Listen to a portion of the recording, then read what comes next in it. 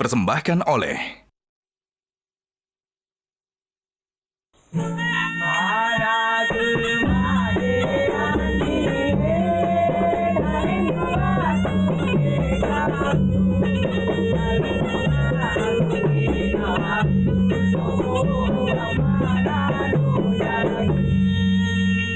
Assalamualaikum warahmatullahi wabarakatuh. Waalaikumsalam warahmatullahi wabarakatuh.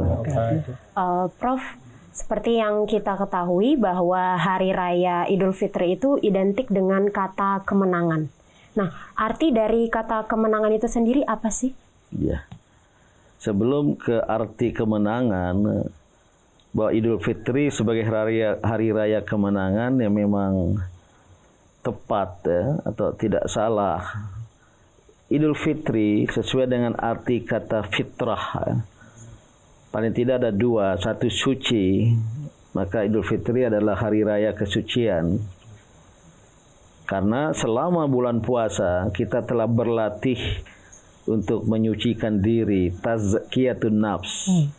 Puasa, taraweh, tadarus, tadabbur Al-Quran, bahkan secara simbolik ya, zakat fitrah itu tohir, menyucikan ya. Maka Idul Fitri adalah hari raya kesucian. Diharapkan pada Idul Fitri setelah proses tazkiyatun nafs, penyucian jiwa, self refinement, kita hadir tiba terlahir kembali pada Idul Fitri dengan hati dan jiwa yang suci. Tapi kata fitrah juga mengandung arti kekuatan.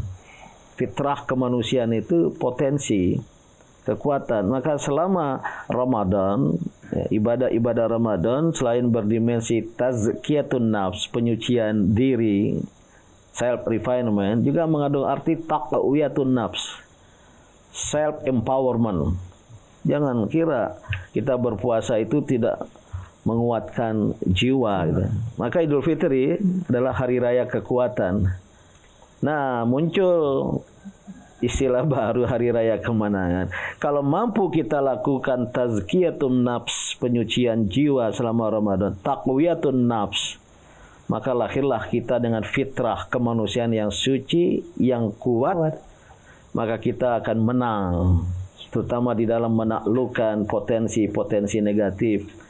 Itulah yang kita takbirkan, ya kita gemakan dalam takbir Allahu Akbar sebagai simbol kita menang ya, dalam menjalankan sebuah pelatihan Ramadan yang berdimensi ganda tadi, penyucian jiwa, penyucian diri, dan penguatan diri atau penguatan jiwa. Ya, Prof, apa sih buktinya kalau kita itu sudah mencapai kemenangan? Ya, kita merasa jiwa kita, diri kita ini suci. Seperti yang dilatih Ramadan ya. Kalau dihina, diejek atau diapakan oleh orang lain, tidak bereaksi negatif. Ini shaim. Saya sedang berpuasa. Itu kematangan jiwa. Tapi kalau diejek langsung marah, terjadi pergumulan, pembunuhan. Itu pertanda dia sedang ya, terjajah oleh hawa nafsu. Tapi kalau sudah ya, pada bulan puasa pun, terhadap yang halal pun kita bisa menahan diri, apalagi terhadap yang haram. Bisakah pada Idul Fitri dan seterusnya kita punya jiwa yang seperti itu? Berarti kita telah berhasil mencapai tazkiyatun nafs, taqwiyatun nafs, menang dalam menaklukkan hawa nafsu. Bismillahirrahmanirrahim. I'm so sorry. I want to ask, so what is the real concept of the silaturahmi based on the Al-Quran? Thank you. Ya, apa makna Idul Fitri? Tadi sudah saya jelaskan. Paling tidak dua makna fitrah, kesucian, kekuatan. Kemudian kita kaitkan dengan menambahkan predikat yang ketiga, kemenangan. Dalam pengertian kalau kesucian diri dan kekuatan diri bisa kita raih sebagai hasil dari ibadat dan pelatihan Ramadan, ya, kita akan menjadi pemenang. Pemenang terhadap apa? Tidak lain terhadap kecenderungan negatif dalam diri ya, berupa hawa nafsu.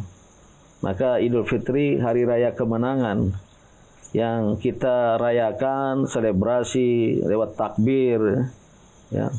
Allahu Akbar, la ilaha illallah, wallahu akbar. Atau mungkin dengan selebrasi lain ya. Terutama mungkin akan kita bahas secara khusus dengan mengembangkan silaturahim. Artinya kita menjalin hubungan dengan sesama manusia.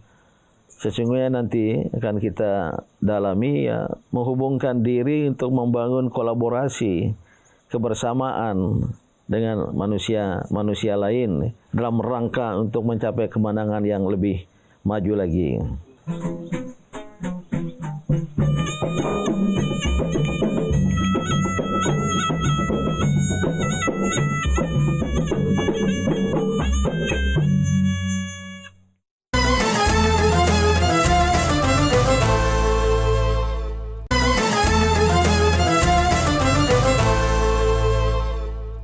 Dipersembahkan oleh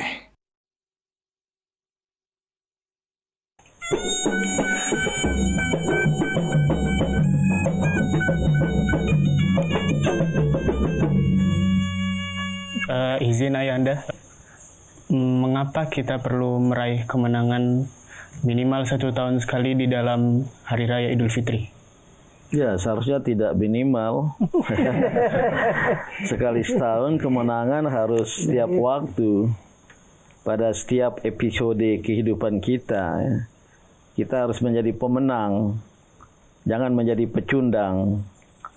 Atau pemenang dalam arti bukan karena kita bertanding dengan lawan tanding dari sesama manusia atau kelompok manusia, tapi terhadap diri sendiri. Karena manusia seperti yang pernah juga di ruangan ini ya, menghadapi problema ambivalensi diri. The problem of the self-ambivalence. Apa ambivalensi diri? Kecenderungan ganda, ke arah kebaikan, ke arah keburukan, dorongan hidayah, dorongan hawa nafsu. Maka kita harus atasi dengan memenangkan hidayah atas hawa nafsu. Maka merebut kemenangan ini harus setiap waktu. Jangan sekali setahun. Dan begitu menang, tidak mampu mempertahankan kemenangan. Kadangkala meraih kemenangan, meraih kejuaraan tidak susah. Tapi mempertahankan kemenangan dan kejuaraan itu tidak mudah. Maka jangan sekali setahun, jadi menjadi manusia tahunan. Jadilah manusia harian, bahkan jam-jaman, karena mampu mempertahankan kemenangan. Paling tidak terhadap hawa nafsu ya, kehidupan duniawi, penuh godaan syaitan. Syaitan itu saya kira tidak harus dipahami sebagai makhluk. Makhluk itu jin dan manusia. Tapi syaitan sesuai dengan pengertian bahasa Arab itu satu ekspresi jiwa diri yang melampaui batas. Ada on itu syaitan. Minal jinnati wan nas, dari manusia, dari jin dan dari manusia, karena ada godaan syaitan ya, yaitu syahwat syaitonia. Maka kita harus bertarung setiap waktu untuk merebut kemenangan. Ya, ada yang mau bertanya. Bismillahirrahmanirrahim. Lau samahtum ya abati uridu an as'ala su'alan wahidan. Hunaka adat thaqafiyya fi Indonesia, yani hum yarji'una ila buyutihim fi syahri Ramadan. Yani limadha al-muslimun yarji'una ila buyutihim wa qaryatihim fi akhir syahr? Syukran. Ini pertanyaan orang yang rindu kampung halaman. Mengapa banyak orang Islam mudik ke kampung halamannya pada Idul Fitri? Ya, terutama yang berada di kota-kota besar, pulang tradisi mudik ya, itu fenomena Indonesia itu. Bagus sekali. Di negara Islam lain kecuali mungkin Malaysia ya. Tradisi Melayu itu. Di Arab nggak ada mudik ya. Karena mereka nggak punya udik. Berbeda dengan umat Islam Indonesia, saya kira sesuatu yang positif. kembali ke kampung halaman, mudik, aduh luar biasa itu. Apalagi kan ada masalah transportasi, masalah jalan yang walaupun sekarang sudah banyak jalan tol ya, sehingga menimbulkan kemacetan ya. Hari ke-5 25 hingga Idul Fitri mereka enjoy itu. Menikmati ya positif, ingin bertemu ibu bapak, keluarga untuk silaturahim. Idul Fitri kuat sekali dipahami sebagai hari raya silaturahim di antara kita.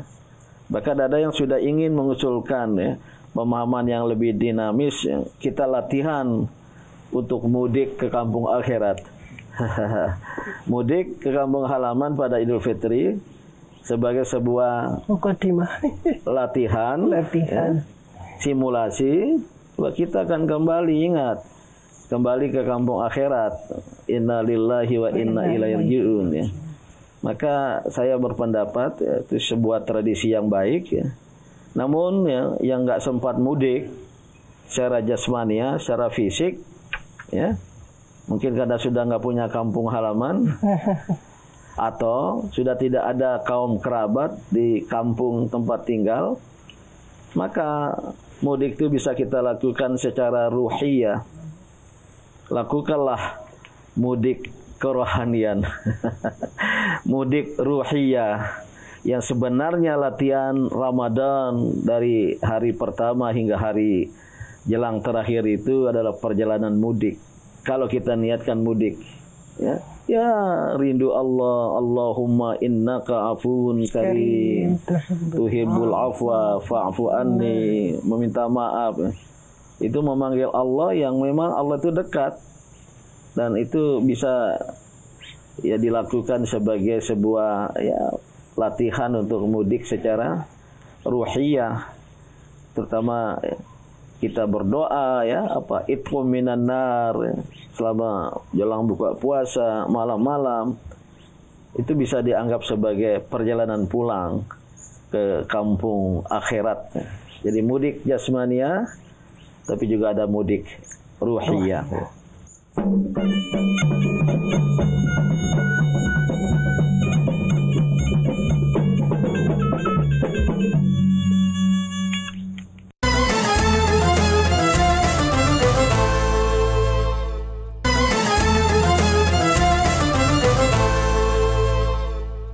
Dipersembahkan oleh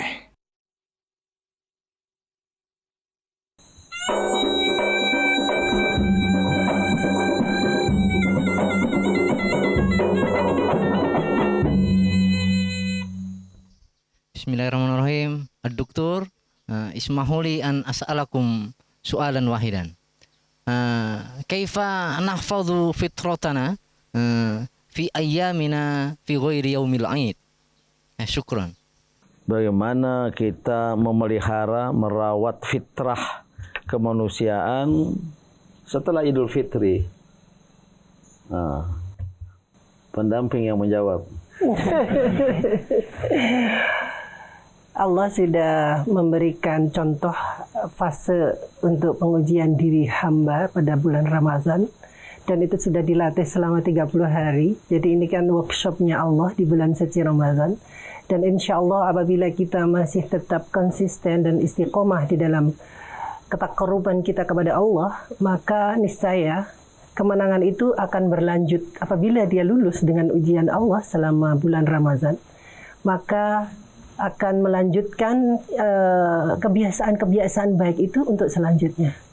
Kecuali memang ada godaan-godaan tertentu, suatu hari nanti memang orang akan kembali lagi mengingat masa-masa yang pernah dialami selama 30 hari. Ya, ini memang penting sekali ya, al-muhafazah, memelihara.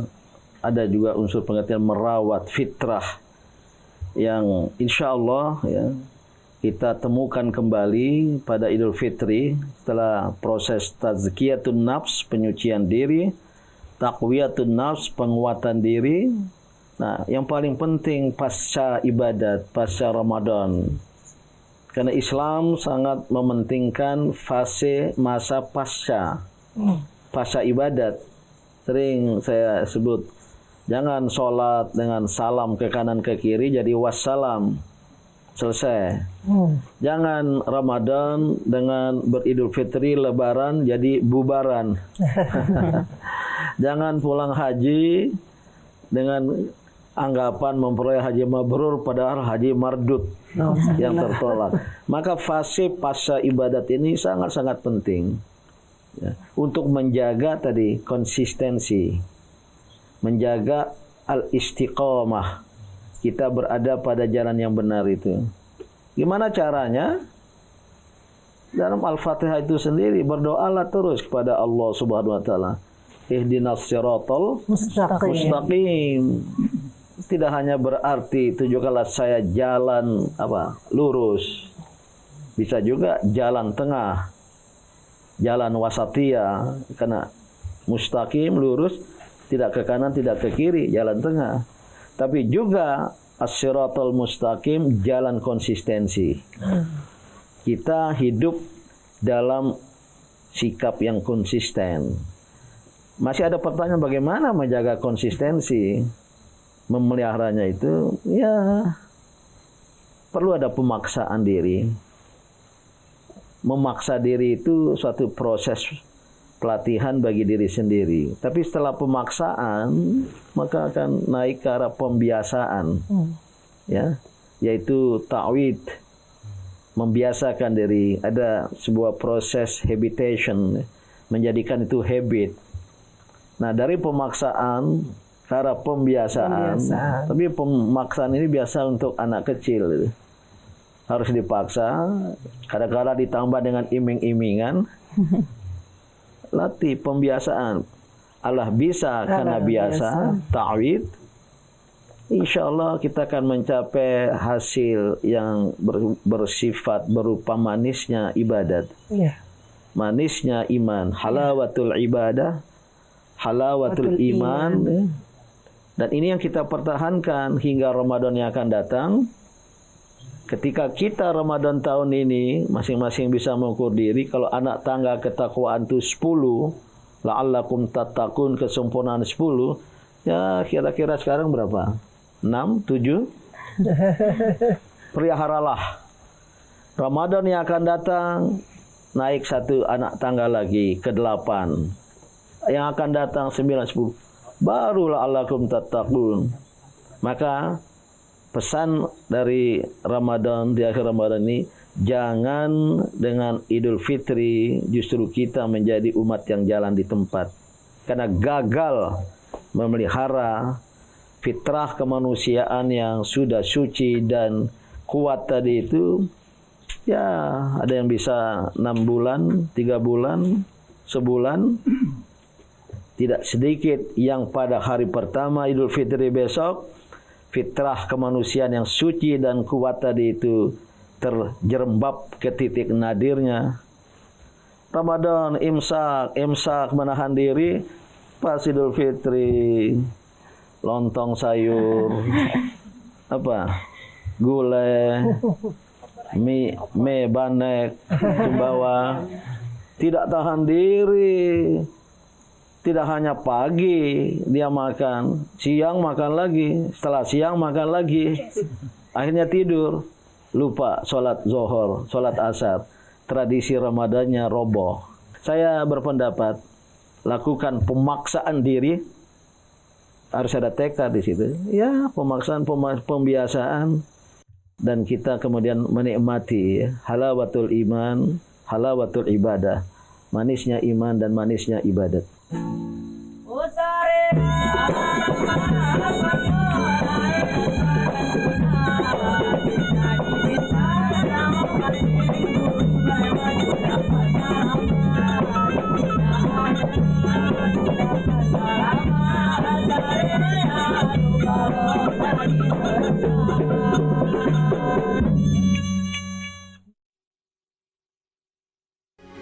Metro TV.